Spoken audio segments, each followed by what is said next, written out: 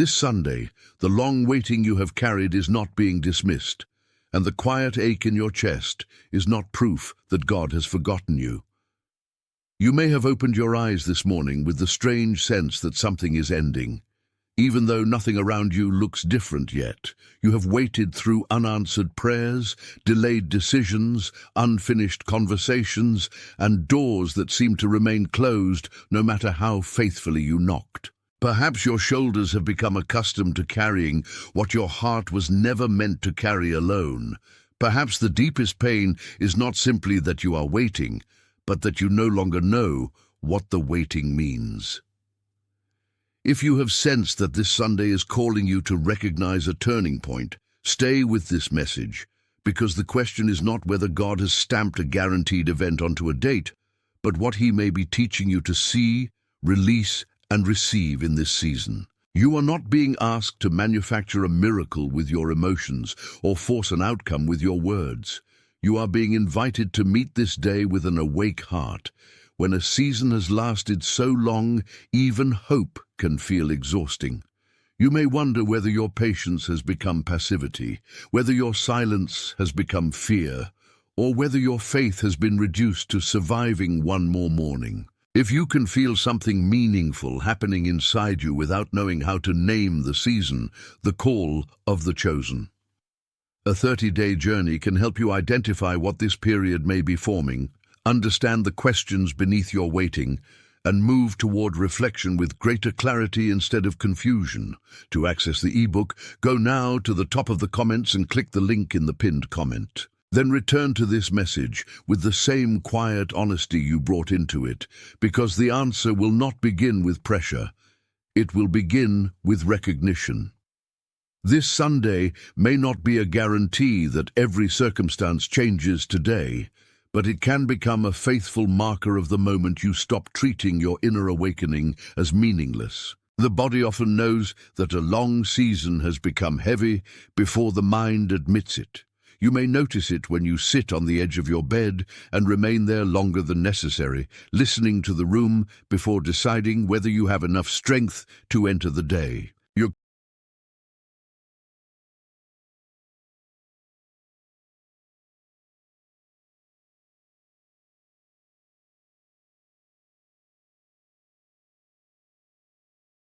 Attention, you need to prepare now.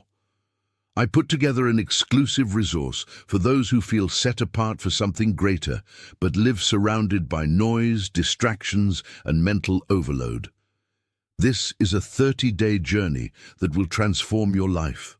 A guided path to armor your mind and prepare for what's coming with daily practices of focus, boundaries, and discipline. Stop negotiating with the noise. Learn to spot distractions before they control you, and strengthen your mind. Also available in an immersive audio version. Over 10 Zuru readers have already transformed their lives through the 30-day journey. Thousands of people have already started this transformation. People like you who are tired of living in the fog. Ordinary people who decided to stop accepting mental chaos. Take advantage of this limited time offer only this month. Access your link just below in the pinned comment. Coffee cools beside you because your hands are busy holding your phone, checking a message that has not arrived, rereading a sentence that gave you hope, or looking at a date that seems to carry more emotional weight than any calendar should carry. Your jaw stays tight while you prepare for ordinary responsibilities. Your shoulders rise when someone asks how you are doing, because answering honestly would require explaining a waiting that has no simple name. There are days when you move through work, errands, meals, and conversations, while a private question follows you everywhere. When does this finally become different? You may have learned to hide the question so well that even people who love you assume you are simply tired. But God is not confused by the silence you have learned to perform. He sees the breath you hold before opening an email. He sees the hand that pauses over a doorknob. He sees the prayer that never becomes a sentence because exhaustion reaches the mouth first. This Sunday meets you in that physical place, not to shame your weariness, but to help you understand that waiting can end internally before circumstances change externally. The message of this Sunday is not that you can control a divine timetable by naming a date with enough intensity. Its deeper invitation is that a long waiting may be reaching a point of honest recognition. You may be learning to distinguish between what has been delayed and what has been quietly prepared. You may be realizing that some doors remained closed because entering them would have required you to abandon the wisdom you are only now gaining. You may be discovering that an ending can be merciful even when it first feels like loss, and that a beginning can require you to stop asking the old season for permission. This is where discernment becomes more valuable than excitement. Excitement rushes toward whatever looks new. Discernment asks whether the new direction produces truth, responsibility, peace, and a willingness to obey what is right. The turning point may be less dramatic than you imagined. It may look like refusing to send the message written in anger. It may look like admitting that you have been calling fear wisdom because fear sounded cautious. It may look like taking one honest step without demanding 10 guarantees first. God can use a Sunday as a marker for reflection without making the calendar a cage. The day can remind you to look again. It can remind you that your life is not only what has failed to happen. It can remind you that the waiting has affected you and that you now have a responsibility to decide what it will produce. Imagine the morning light entering your room while the house remains quiet. The curtains are partly open and a narrow band of brightness rests across the floor near the chair where you left yesterday's clothes. Nothing announces that a new chapter has begun. The same bills may be on the table. The same unanswered message may still sit beneath your thumb. The same name may still bring a mixture of tenderness and disappointment. Yet you notice that your first impulse is different. Instead of reaching immediately for evidence that someone else has changed, you place both feet on the floor and breathe before touching the phone. That small pause reveals something important. You are beginning to understand that a turning point is not always an event that arrives from outside. Sometimes it is the moment you stop surrendering your interior life to every external delay. The long waiting has trained you to measure your worth by outcomes, responses, openings, and visible movement. This Sunday invites another measure: the quality of your attention, the honesty of your obedience, and the peace that remains when you refuse to react from panic. You may still feel disappointed. You may still need answers. You may still cry over what did not happen. But grief and guidance can exist in the same room. You do not have to pretend that the waiting was easy in order to receive what it taught you. You have probably noticed that certain seasons make you more observant. You hear a familiar phrase and wonder whether it applies to you. You wake from a restless night and carry a question into the shower. You sit in a church seat, a car, or a quiet corner of your home and feel that your attention is being gathered around one central truth. That awareness does not make you better than anyone else, and it does not prove that every detail around you carries a secret message. It simply means that your heart has become sensitive to a question you can no longer avoid. The hardest part of waiting may not be the passing of time, but the uncertainty about what the time is asking from you. You may not know whether you are being asked to wait, release, rebuild, close a cycle, or begin again. When that uncertainty continues, every silence can feel like abandonment, and every delay can feel like punishment. The call of the chosen. A 30-day journey is meant for that precise discomfort, the place where recognition alone is not enough, and you need help discerning what kind of season you are actually living. Many readers who arrived feeling confused or tired of waiting said the material helped them understand their season more clearly, organize their prayers, or stop interpreting every silence as abandonment. To access the ebook, go now to the top of the comments and click the link in the pinned comment. Then bring your questions back here without forcing them into an answer they are not ready to hold. The first honest step is learning to wait without turning every quiet moment into a verdict against you. The opposition to your peace may not arrive as an obvious enemy. It may appear as constant distraction, comparison, urgency, and the pressure to decide before you have understood what you are deciding. You scroll through other people's announcements and begin to believe that your life is late. You hear someone describe a sudden opportunity and wonder whether you missed yours. You watch another person move forward and feel an invisible accusation forming in your chest. Then fear offers a simple explanation. Everyone else is being remembered, and you are being left behind. That explanation is powerful because it removes the need for patient discernment. If you believe you are forgotten, you may grab whatever appears first. You may reopen a door that already harmed your peace. You may accept a responsibility that does not belong to you. You may mistake urgency for divine direction because urgency feels more certain than stillness. The long waiting has exposed how quickly your attention can be captured by what is loud. This Sunday asks you to resist the demand to prove that your life is moving. A season does not become meaningful because it looks impressive from the outside. Sometimes the most faithful thing you can do is refuse a lesser answer while you are still learning the shape of the right one. Not every opportunity is an assignment, and not every delay is rejection. Consider Joseph, who received a dream but then entered years of circumstances that seemed to contradict it. He knew what had been shown to him, yet he could not control the pit, the household where he served, the accusation that followed, or the prison that interrupted his life. Scripture does not present his waiting as comfortable, and it does not suggest that every painful detail was easy to interpret while he lived through it.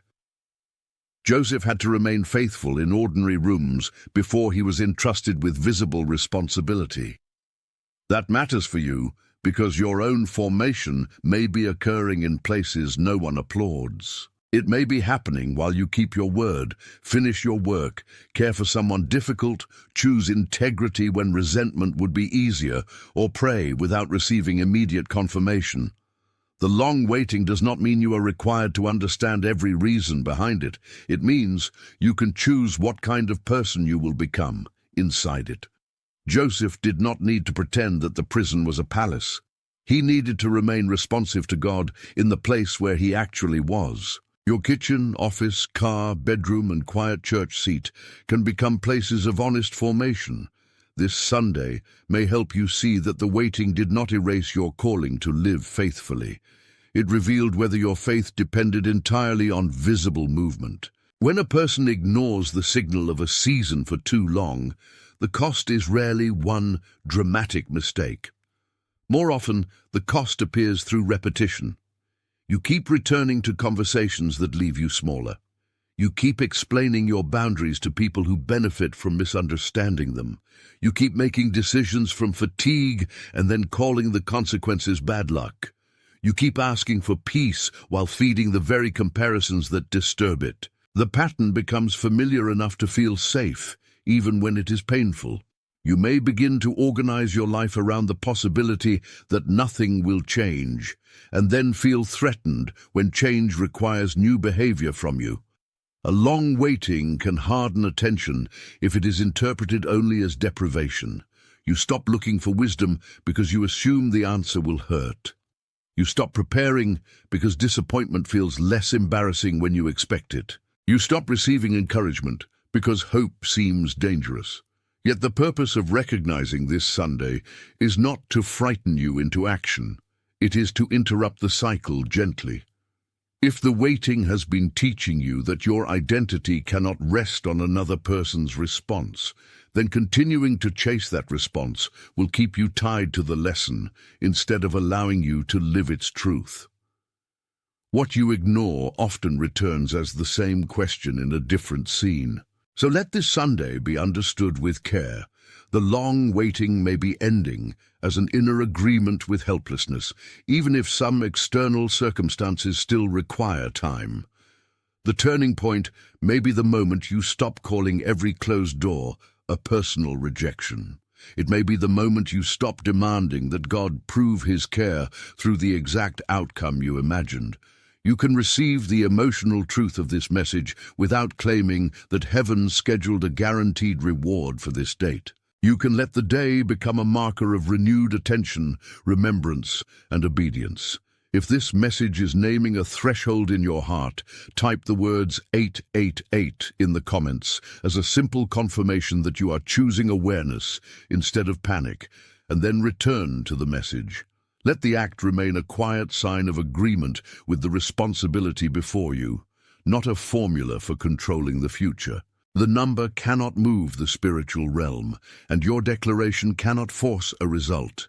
But your willingness to acknowledge the moment can help you notice what you have been avoiding. The long waiting is not permission to abandon wisdom. It is an invitation to practice it with greater courage. The deeper conflict is not always that you lack a sign. Sometimes you have recognized the sign, but you keep negotiating with what it means because obedience would cost you an old identity. You may already know that a certain pattern has ended, yet you continue revisiting it whenever loneliness rises. You may already know that a certain relationship requires a boundary, yet you keep waiting for the other person to validate your need before you honor it. You may already know that your pace has become unsustainable, yet you call exhaustion a temporary inconvenience, because slowing down would force you to reconsider your priorities. This is not a reason to condemn yourself. It is a reason to become precise. The root may be an attachment to certainty before action. You want to know that the new step will succeed before you take it, that the door will remain open before you approach it, and that no one will misunderstand you before you tell the truth. But mature faith rarely receives that kind of control. It offers enough light for the next faithful step, then asks you to walk without demanding a full map. The long waiting has revealed the place where you confuse protection with permission to remain still. This Sunday calls you to recognize that difference with compassion. Recognition alone is not enough when you still do not know what to do with what you have recognized.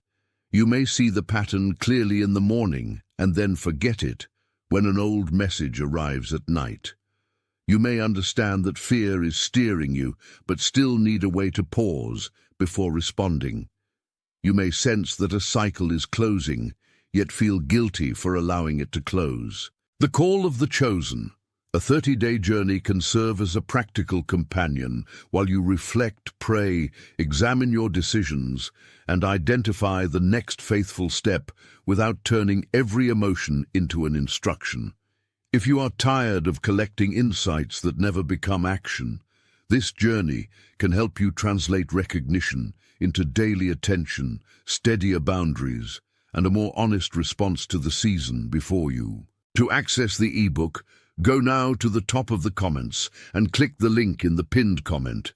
Then let the next step be modest enough to practice and honest enough to matter. You do not need to solve your whole life tonight. You need to stop abandoning the truth you already know whenever uncertainty becomes uncomfortable. The waiting changes, meaning when it begins producing a life that no longer depends on panic for movement. Your mind, body, and spirit may recognize a season in different ways, and wisdom requires you to listen without confusing them. Your mind may analyze every possibility, searching for a pattern that can guarantee safety. Your body may tighten when a familiar name appears, even before you consciously remember why. Your spirit may sense that a choice is misaligned with your values, although you cannot yet explain the feeling in perfect language. None of these signals should be treated as infallible proof by itself. A thought can be shaped by fear. A bodily reaction can reflect fatigue or memory. A spiritual impression still needs to be tested by truth, character, wise counsel, and the fruit it produces. This is why discernment is slower than impulse. It gives your inner life time to become coherent. You can ask whether a decision makes you more honest or more secretive, more responsible or more reactive, more peaceful or merely temporarily relieved. You can wait until the pressure in your chest decreases before sending the message. You can sleep before accepting an invitation that flatters your insecurity. You can pray without using prayer to avoid making the decision you already understand. The long waiting may be teaching you to hear yourself more accurately, while remaining accountable to God and the wisdom available around you. Your relationships and environments will also reveal whether the turning point is producing freedom or performance. You do not need to become suspicious of everyone simply because you are learning discernment. You do not need to isolate yourself so that no one can challenge your preferred interpretation. A healthy boundary is not a declaration that another person is evil. It is a clear recognition of what you can participate in without betraying truth. Pay attention to the rooms where you constantly become smaller, the conversations where honesty is punished, and the environments where you must remain confused in order to belong. Then pay attention to the places where you can breathe, ask questions, admit mistakes, and receive correction without humiliation. The long waiting may have made you overvalue any connection that offers relief from loneliness. That can make a harmful pattern look like an answered prayer simply because it is familiar. This Sunday invites you to judge relationships by their fruit rather than their intensity. Does the connection help you become more truthful, patient, courageous, and responsible? Or does it keep you dependent on approval, explanation, and emotional rescue? You can love someone without giving them authority over your conscience. You can forgive without reopening every door. You can remain compassionate while allowing a season to end. Opposition often keeps a pattern alive by making everything feel urgent except the one decision that would bring clarity. It fills your schedule until reflection feels impossible. It sends you toward minor problems so you never address the central one. It encourages you to research endlessly, ask everyone for permission, and postpone the conversation that your conscience keeps bringing back. Fatigue then enters the process and disguises itself as wisdom. You say, "I need more time," when what you really need is courage. Or you say, "I must act immediately," when what you really need is rest. Both extremes protect the same internal pattern, the refusal to stand honestly before the truth. The long waiting can become a place where you remain busy enough to avoid receiving its message. You may clean the entire apartment, answer every small request, and reorganize your calendar while leaving the most important question untouched. This is why a quiet Sunday can feel threatening. It reduces the noise that helped you postpone yourself. You begin to hear the sentence beneath the activity, "I cannot continue this way." That sentence is not necessarily a command to make a dramatic change. It may be an invitation to stop pretending that repetition is neutral. There comes a point when you stop negotiating with what you already know, not because every fear disappears, but because fear no longer gets the final vote. You may sit at the edge of your bed, place your hand over your chest, and admit that the long waiting has changed your standards. You no longer want an answer that requires you to become dishonest. You no longer want an open door that demands the surrender of your peace. You no longer want to be chosen by a person, institution, or opportunity that can only value you when you are useful and silent. The phrase, "God marked my turning point," must be held responsibly. It can mean that you are marking this Sunday as a day of renewed obedience, not that you have received a guaranteed forecast of what every circumstance will do. The difference protects your faith from disappointment and your decisions from impulsiveness. A title can awaken you without replacing discernment. It can call you to receive courage, clarity, and responsibility. It can remind you that long waiting does not have to become permanent identity. When you stop asking the old season to explain itself one more time, you create room to respond to the life that is actually before you. Now picture a seed beneath the soil, and stay with that one image for a moment. It is hidden, but hidden does not mean absent. Beneath the surface, the seed is surrounded by darkness, pressure, moisture, and silence, none of which resemble the open air it will eventually need. If someone judged its life only by what could be seen from above, they might conclude that nothing was happening. Yet the unseen place is not empty. It is where the outer shell begins to give way, where roots search for a place to hold, and where the first direction of growth is established.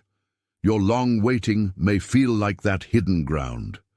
You cannot point to a public result and say, "There is the proof." You cannot show everyone the internal work that has taken place while you continue to pray, work, forgive, learn, and endure. But the absence of visible movement does not erase the formation occurring within you. This image does not promise that every desire will emerge exactly as imagined. It does clarify why a season can feel quiet while still requiring profound change. The seed does not become strong by demanding sunlight before it has developed roots. It receives what is present and grows in the direction life requires. Inside the soil, formation is patient and specific. The seed does not spend its hidden hours trying to imitate another plant. It does not compare its pace with what grew in a neighboring patch of ground. It responds to the conditions available, sending roots downward before anything rises upward. That order matters for you. You may have wanted visible elevation while God was strengthening your ability to remain grounded. You may have wanted recognition while your character was being shaped in private.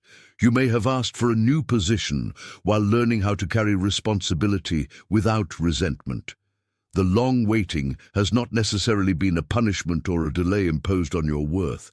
It may have exposed the difference between being seen and being prepared. Preparation is not glamorous, and it often feels repetitive.